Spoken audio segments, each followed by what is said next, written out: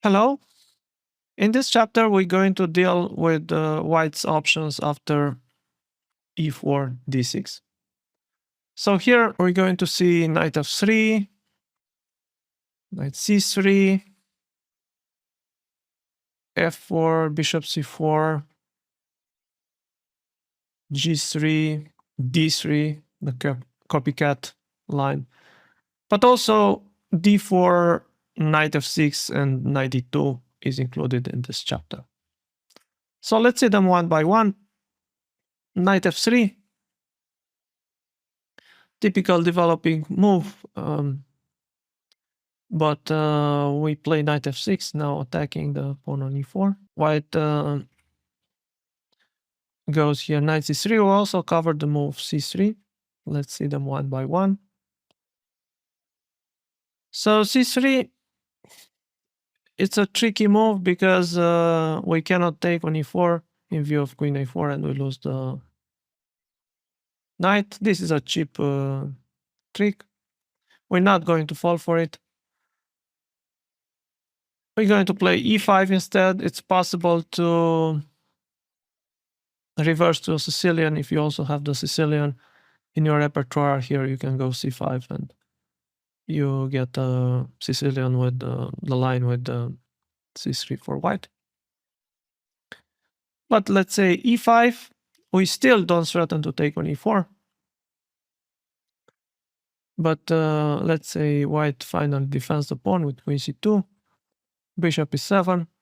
Here we have a Philidor set up with a misplaced white queen on c2.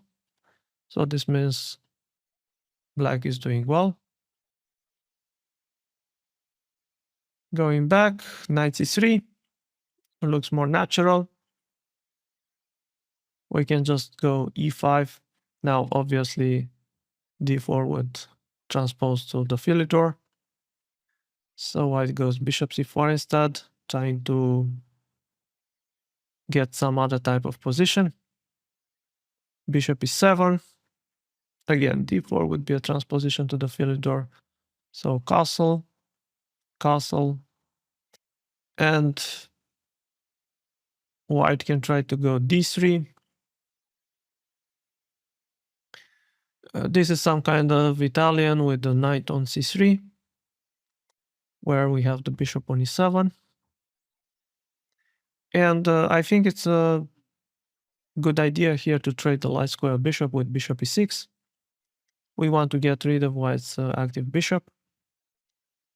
And here bishop e6 is the main move, but also a4 could be possible. But if white goes a4, we can play c6, and then there is the idea to push d5. So it's not clear what white achieved with this. And also, if rook e1, another option, then we can take on c4 and knight b d7. The knight is jumping to c5. Black has a comfortable position. So bishop e6 is the most principled, probably. White is weakening our structure.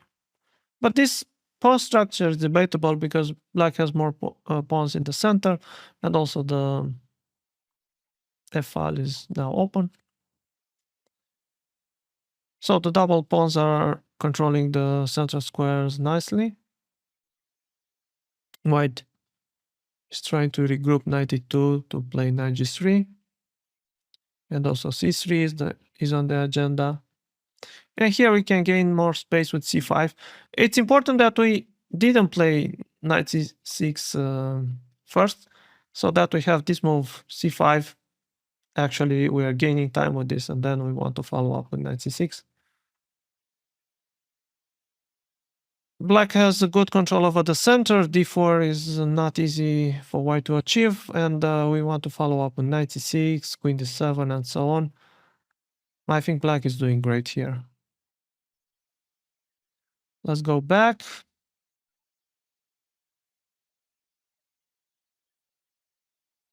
There's knight c3. White again is giving us a chance to play the Sicilian. If you'd like to play some close Sicilian and you have it in a repertoire, of course, it's possible to go c5 here.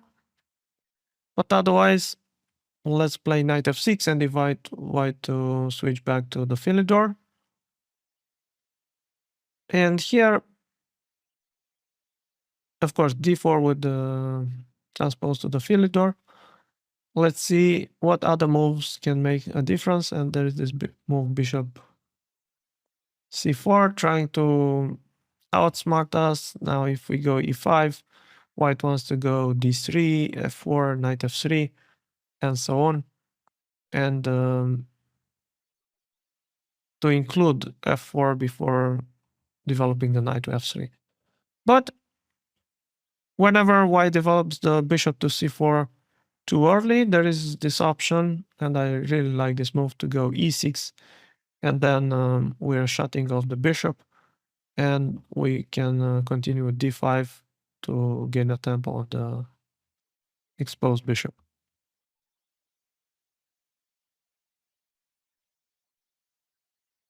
f4 is quite a main move. Of course, it's much rarely seen in practice than d4, but it makes sense. And with this, white wants to avoid the Philidor positions. White doesn't mind to reverse to, if we reverse to a Sicilian, which is possible. So c5 again. If you have the Sicilian in your repertoire, you can switch to this. We can go knight f6, knight c3. Now d3 will very likely transpose to first f4, and we can continue with g6, bishop g7, castle, then c5, and so on. Of course, with fully playable position for both sides. Let's say knight c3, and here white wants finally to get d4 and get the whole control over the center. And that's why we need to play c5 here.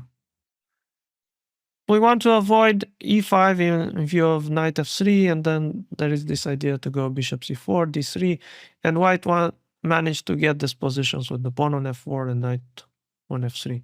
And these positions are quite dangerous for black. So that's why we're going to play c5. Now knight f3 is the main move. e5, I will quickly discuss this, but will most likely transpose.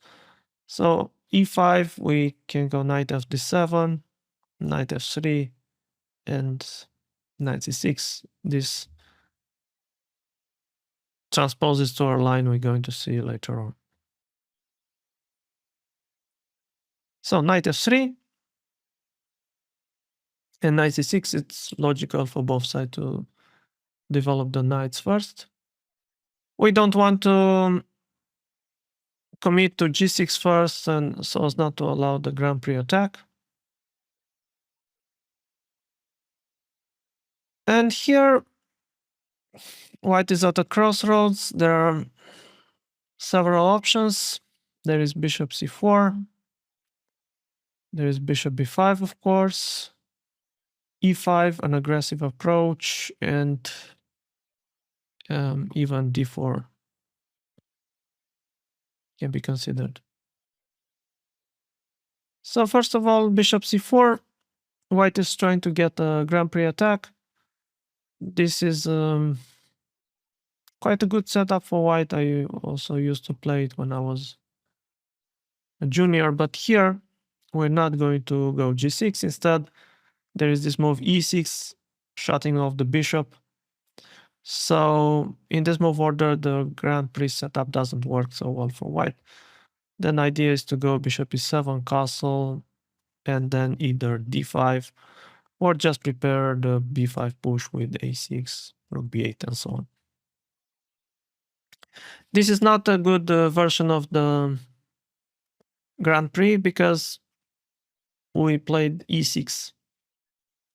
So the Grand Prix works better against g6. There's this aggressive approach e5, trying to do something quickly. White is breaking the center right away. Here, knight e7 is the move I recommend.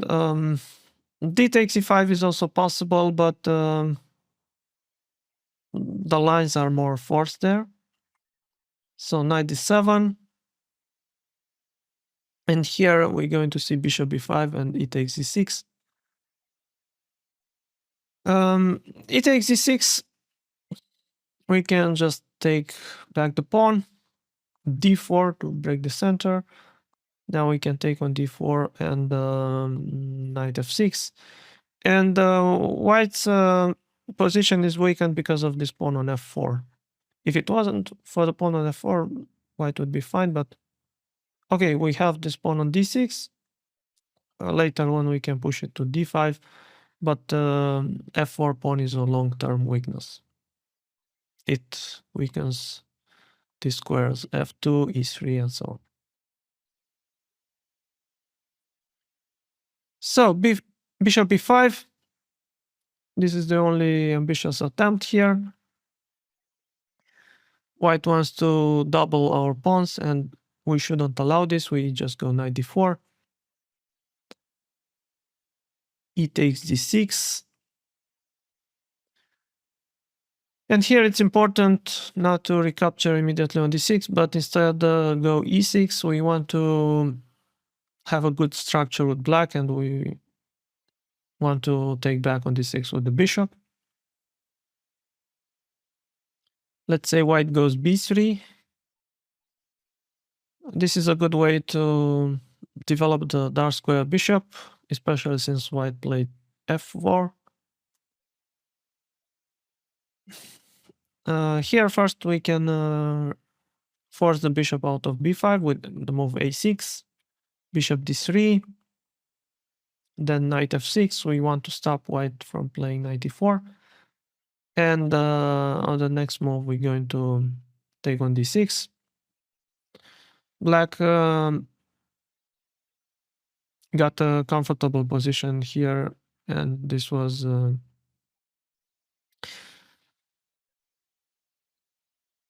I think basically black has more comfortable places for the pieces, and white is trying to play a little bit too original. Another idea here is instead of knight f6 to take on d6 straight away, and this was tested in a correspondence game, and after castle to push f5 to, this is another way to take away the e4 square for the knight. This was played in Garcia Hernando against Gutov in 2022. This is also good, but more difficult to remember for black, and it's a bit more unusual. Of course, in correspondence, they make this move work.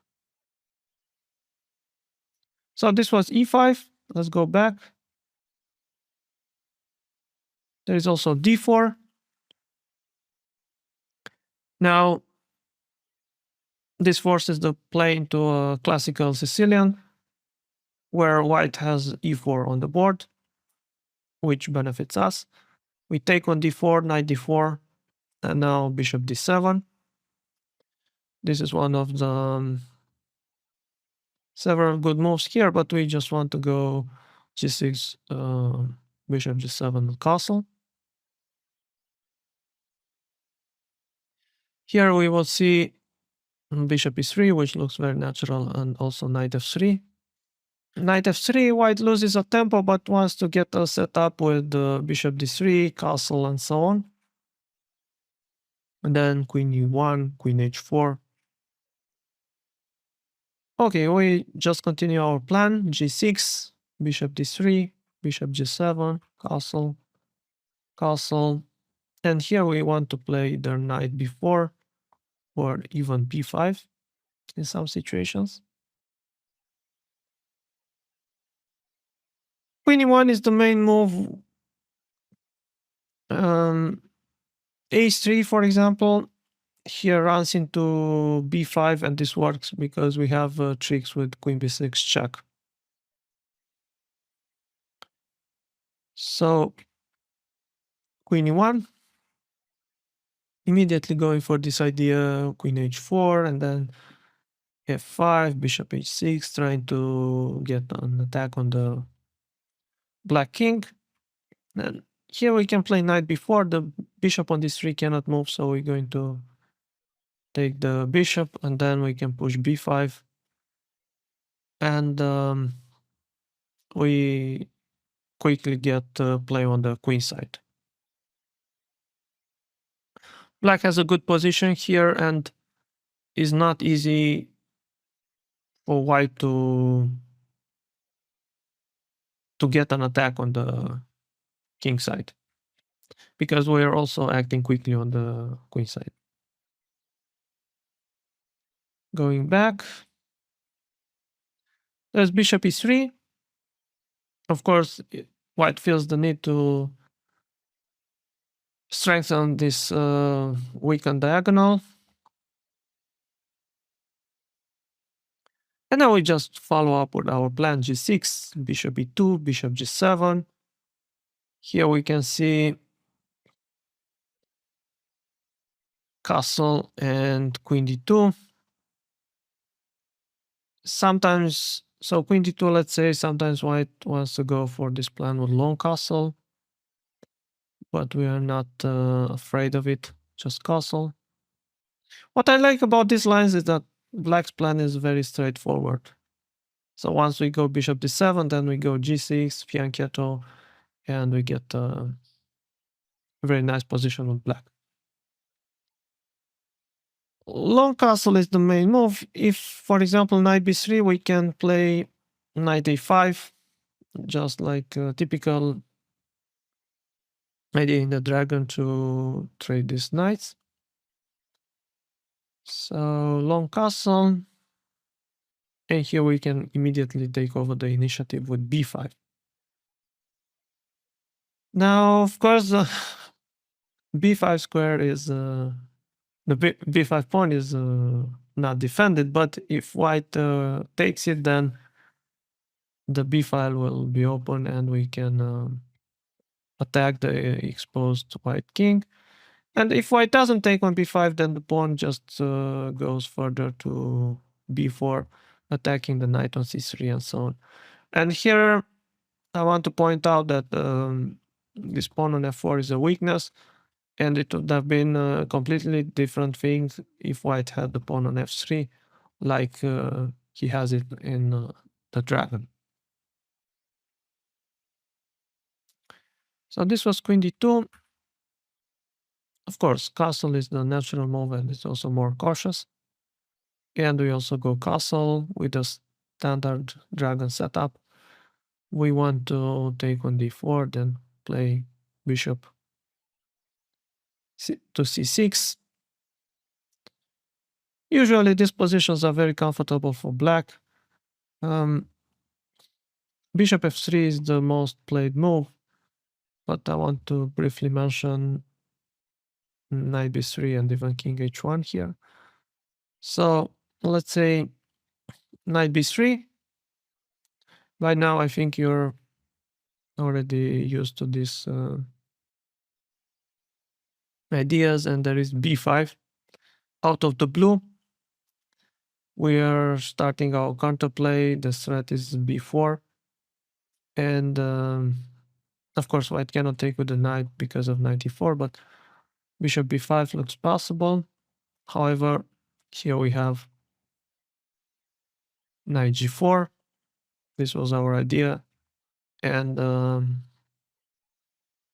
we're going to take the bishop on e3. If the bishop moves, then there is queen b6. So, oh, yeah, and another move to mention is king h1.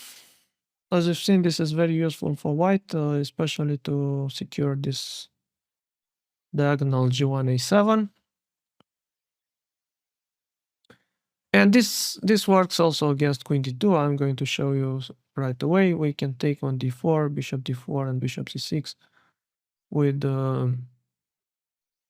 good play for black. We're going to try to get b5 before going. And also queen d2 is the same thing. Just takes bishop c6, attacking on e4, and then preparing b5 and b4. So all these are very comfortable positions for black. Bishop f3 is the main move. It's useful to defend the pawn on e4. And here, of course, we just continue the same plan. Knight takes d4. There is nothing to confuse here. We always go for the same thing. Bishop d4, bishop c6. Black gets a good position with no weaknesses. Plan is to go b5, of course, but also knight d7 or even e5 are good ideas. I like black's position here. It's there is a lot of play here, and black has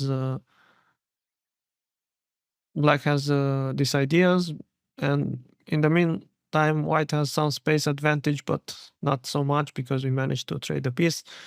And I don't see a clear plan for white here. Let's go back. So this was d4. Now we're going to see bishop b5. This is by far the main move. There is a threat. White wants to take on c6, and we shouldn't allow white to double our pawns. We're going to address the pin with bishop d7, and we want to recapture on c6 with the bishop. And here we're going to see castle, very natural, and e5. e5, again, there is this option to act in the center immediately. The most played move here is d takes e5, but we like this move knight g4. This is quite a rare move, but a good one. We want to follow up with e6 now and not open the position too much. And we want to leave white with this pawn on f4. And here there is h3 and queen e2. Of course, white can immediately chase the knight away with h3, but then the knight relocates to h6.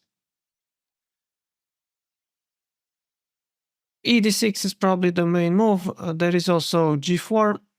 Now I'm going to show you quickly what happens after g4, e6, d3, and now it's not good to play with bad pieces. This knight on h6 is completely out of place, so it's time to bring it into play with knight g8. The idea is to go h5 and create weaknesses on the king side for white. So e takes d6. And here this knight f5 is an interesting pawn sacrifice. I quite like it. If you don't want to sacrifice the pawn, you can also continue e6, knight e4, and queen b6. And d6 pawn is going to fall later on. This is also good for black. But why not sacrifice a pawn? White needs to take the pawn. D takes e7, bishop e7, castle, castle. And you can see that we already finished the development. We have only good pieces. This knight on f5 looks great. White still has to develop the bishop on c1. This pawn on f4 creates all kind of weaknesses. This diagonal a7 g1, also g3 square is weak. We have this idea to play a6 and b5 to gain space on the queenside as well. Let's say white probably has to go d3 to uh, open up the bishop on c1. But then a6 is there, bishop c4, b5, gaining even more space, bishop d5, what else? And then rook c8. And you can see that black has great piece activity here. Let's go back. There is, of course, queen e2 to defend the pawn on e5. But here we just continue our plan with e6. Again, white should probably attack our knight h3, knight h6. Now, white has to go g4, otherwise the knight gets into play via knight f5 with all kinds of threats on g3, on d4. So g4 is a must. Bishop e7 we can play. And for now the knight is stranded on h4, but white cannot take advantage of it. And we can follow up with castle and then knight d4. And what happens is that in order to restrict our knight, white created some weaknesses on the king side and is lagging in development. So black is doing well here.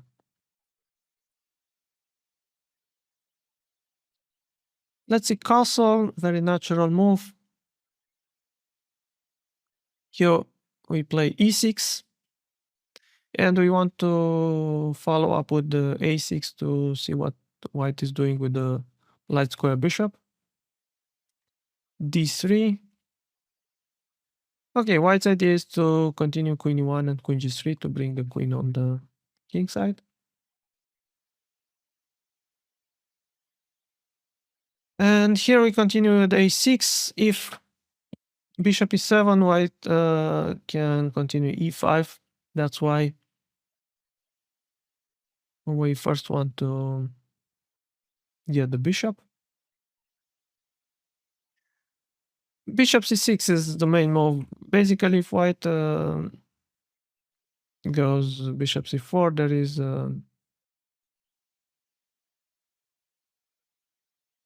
queen c7 to stop e5. And then we can go bishop e7 and castle. And the threat of b5 is always there.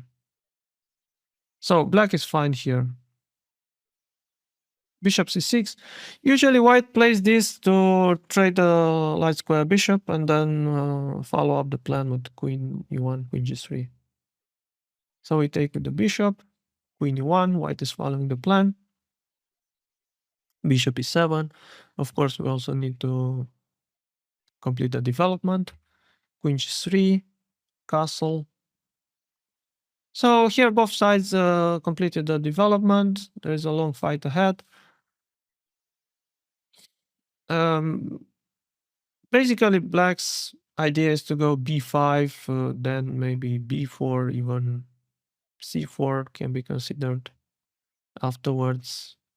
And there is another plan with knight e8 and f5, which is also good but looks a bit more strange. So I would prefer to go b5 and push on the queen side here.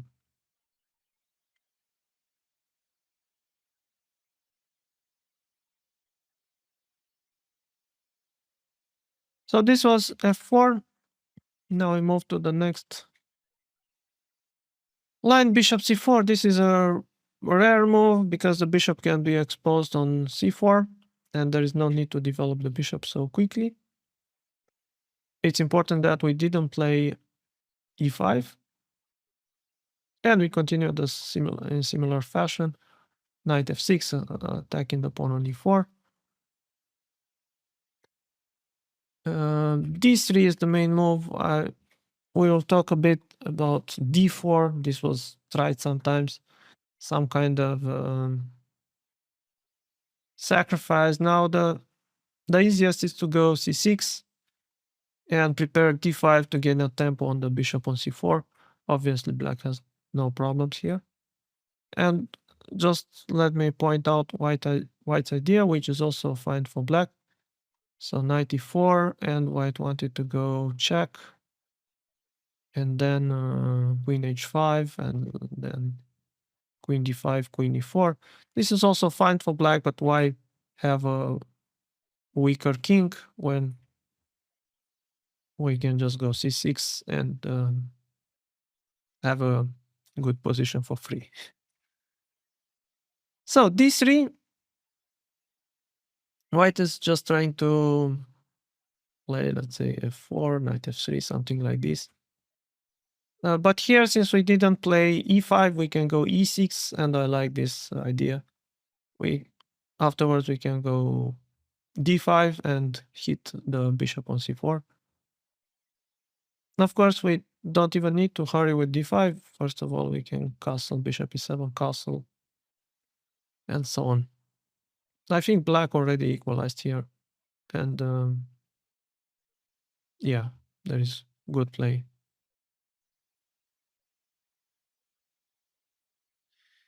G3 is another very rare move. Obviously, the idea is to play bishop g2, can castle the bishop, and then probably d4, knight e2, and so on. And here we're going to recommend the move d5. Very surprising move, just to get white out of his setup.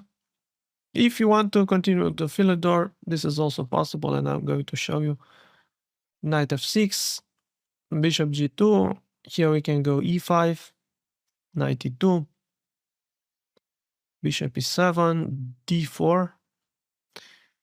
And an interesting move is here b5. This deserves attention and is stopping white from pushing c4. And then we can follow up with castle, bishop b7, with a playable position for both sides. I like this idea with b5. And we can go b5 straight away, because if we castle first, then maybe white can go c4.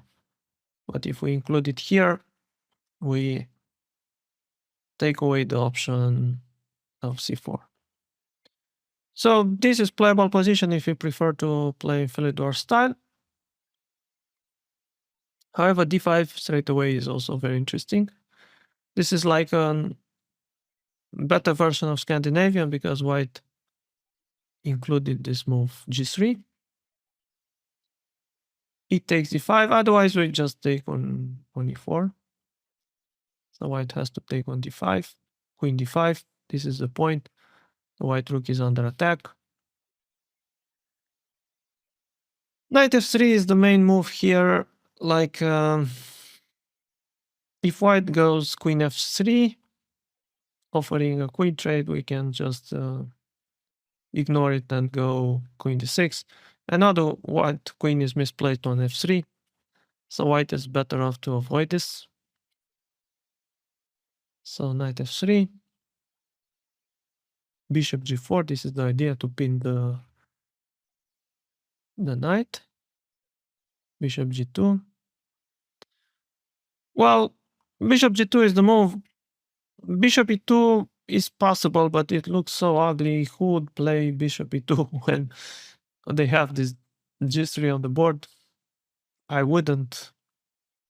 So here black can play knight c6. I mean, bishop e2 is not a bad move, but it looks so bad. And here, if h3, there is queen h5. Still, and it's still not easy for white to get rid of our bishop on g4. Here we want to continue with long castle and so on. Bishop g2. And here it's important not to allow white to castle, because if white manages to castle, then he gets a better position. Then the bishop on g2 actually makes sense. But we have this check on e6. And here, okay, king f1 is the move. Queen e2 is nothing after queen e2, king e2, knight c6. Black has no problems here. It just looks like equal position. So king f1. And now we can go knight c6. We need to develop quickly. Here, this is a new position. From the Sicilian with e4, c5, g3, sometimes we get similar positions, but black has a pawn on c5 there. Okay, with a pawn on c7, like it's here, we want to castle long and then the king will not be so exposed. Um, this is a really new position. Uh, I don't even know if somebody played after g3, d5, or if they did, there are very few games. And let me just show you some sample lines. Let's say h3. We can take bishop f3 and then queen g6. And of course, we want to continue with e5. Also, here, if white goes d4, we can go queen d6 with idea e5 and also long castle. So this is a new position. It's also difficult for white to find the best moves here, and if you know the plan with black, you have good chances to play for an initiative early on. This was g3. Now let's see d3. This is the copycat approach. White is doing the same as us. But I don't think you're going to see this very often. And here we're going to play g6. We don't want to hurry with knight f6 yet because we want to keep options to put the knight to e7 in some lines. But of course, white can continue to do as we do. So g3 is the main move. Now f4, knight f6, knight f3, bishop g7 will probably transpose to third move g3. So g3 now.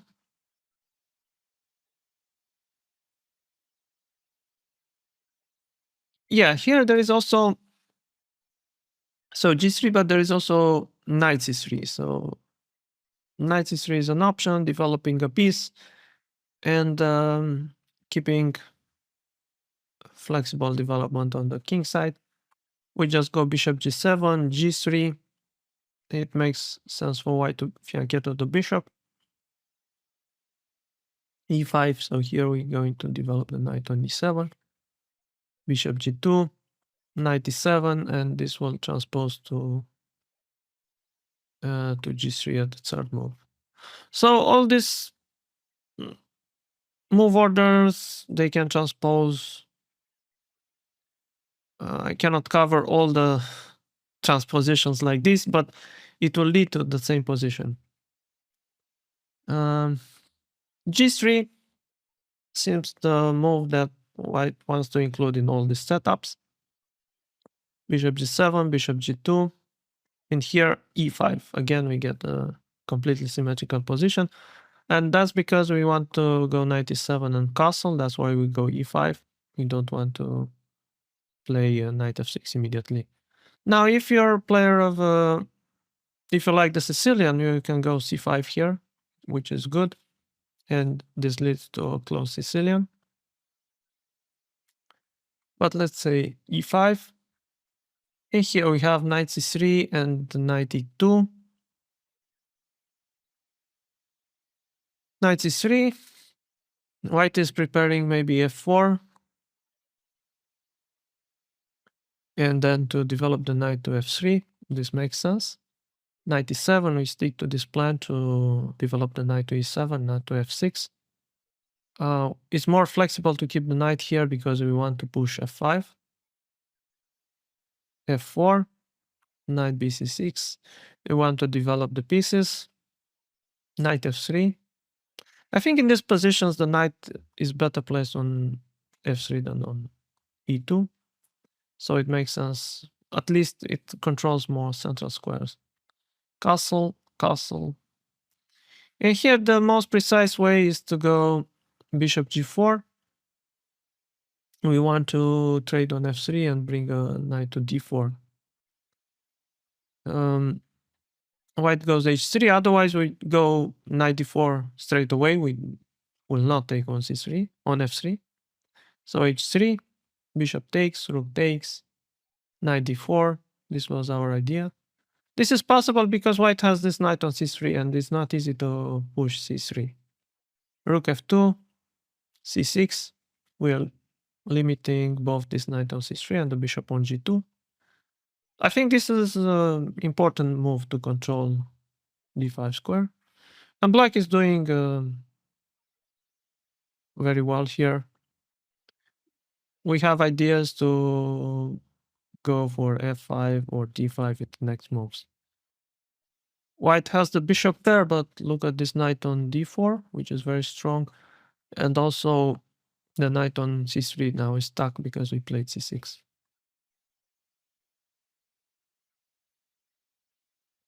Going back. Knight e2, white remains flexible. And we're going to do the same, knight e7. Castle, castle. You see, this is a symmetrical position, but all the pieces are on the board, and at some point the symmetry will break, and then we'll get some playable position for both sides. Now here the main move is c3, but we're going to briefly discuss knight c3 and even f4. So knight bc3, just developing the pieces. Here we can play c5, breaking the symmetry and getting good control over the center. And if f4, then knight bc6. We have ideas like rook b8, knight d4, and bishop d7 to just to complete the development. It's it can be like from the position from reversed English opening or closed Sicilian, reversed closed Sicilian, but all the pieces are on the board and the game has just started. And I wanted to mention also f4 here. Again, we can go for the same idea with c5 and knight c6. And it's fine for black. So let's say white goes c3, taking control of d4. And like this, white wants to slowly seize more space. We go f5. We can already break the center here. If white doesn't take, we can take on e4 and maybe play bishop e6, which is good since white doesn't have a knight on f3. And if white takes on f5, then knight f5. And already this is a small achievement that we managed to break the symmetry. Of course, the position is playable for both sides. We have ideas such as c6 and d5 to shut off the light square bishop. Even a5 can be interesting to gain some space on the queen side. And now finally, let's see this move d4 here, which is the main move. But after knight f6, knight d2. This is a rare move, but it makes sense. Of course, it's not. Other moves will be covered in the other chapters, like knight c3, bishop d3, f3. This is a sideline. The idea is to keep an option to go c3 here and reinforce the pawn on d4. But the knight is slightly misplaced on d2. This is quite a rare move, and you'll probably not see it too often over the board. So white wants to go knight f3, bishop d3, castle, and get a solid setup. Here we can follow up with the Philidor plan, e5. And here's, okay, c3 is the white's main idea, is the main move, but there is also d takes e5 and knight f3 to be discussed. First of all, d takes e5 leads to a symmetrical position, and this move lacks ambition. Still, we need to play good moves afterwards. Knight f3. And here, I like this move, bishop c5. It's important to know how to develop the pieces in this setup as well. I like this setup with bishop c5, knight c6 once the pawns are traded on e5. So yeah, our idea is castle, queen e7, knight e6 then. Of course, white cannot take on e5 because of bishop f2, followed by queen d4 and queen e5. And the white's king will be very, very, very weak. So here, bishop d3, let's say, knight c6. The position is symmetrical, drawish, but black is totally fine, and there is plenty of play ahead. It doesn't mean that if the position is symmetrical, black cannot try to outplay his opponent later on.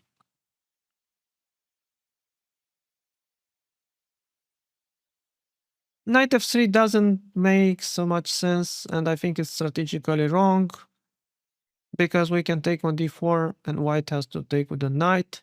And now you can see this knight on d2 is completely misplaced. And we can go g6 here, idea bishop g7, castle, and so on. Black has very easy play.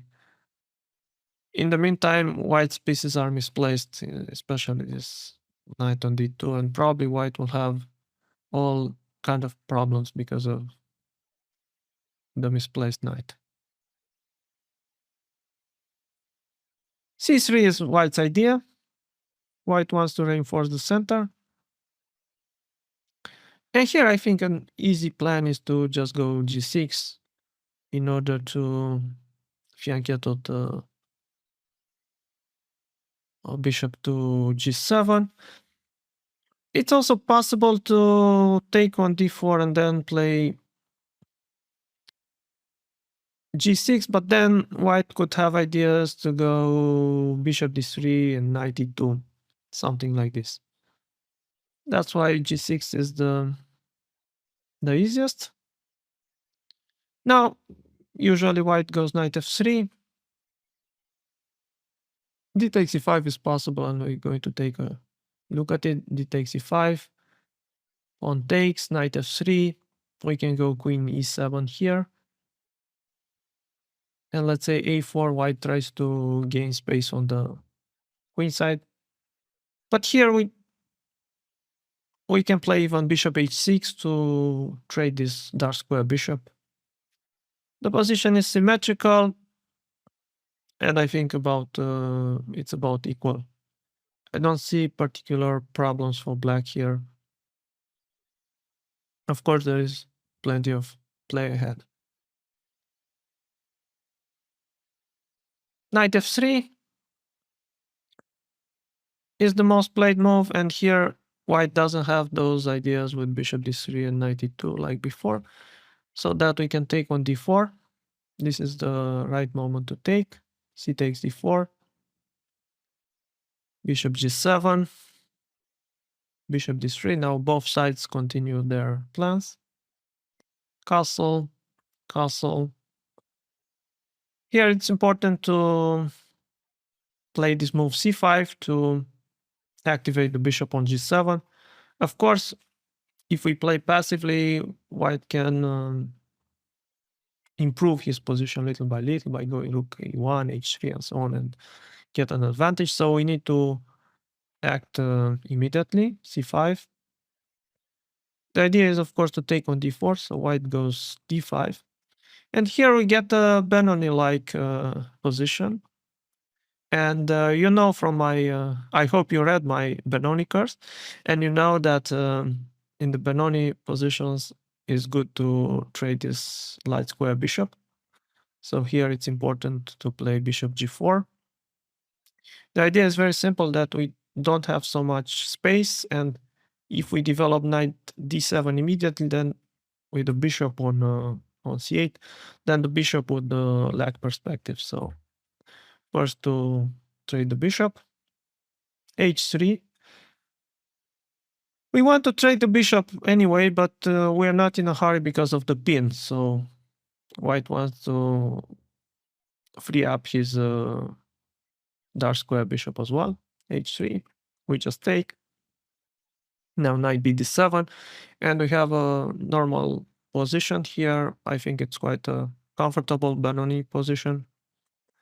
It's important that we manage to trade the light square bishop for the knight. And now we have good squares for all our pieces. Let's say bishop f4, putting pressure on d6. We can go c4, bishop takes. I mean, otherwise we just go knight c5.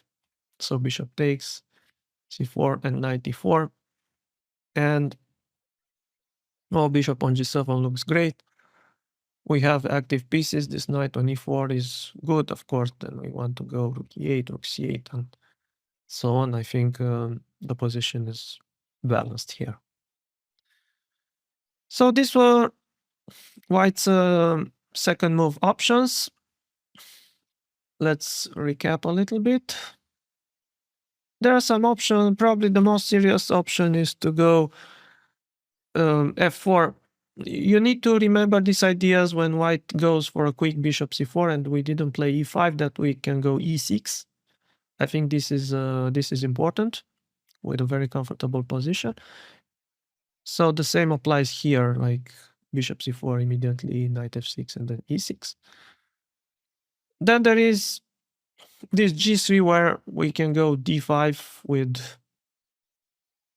very unusual positions.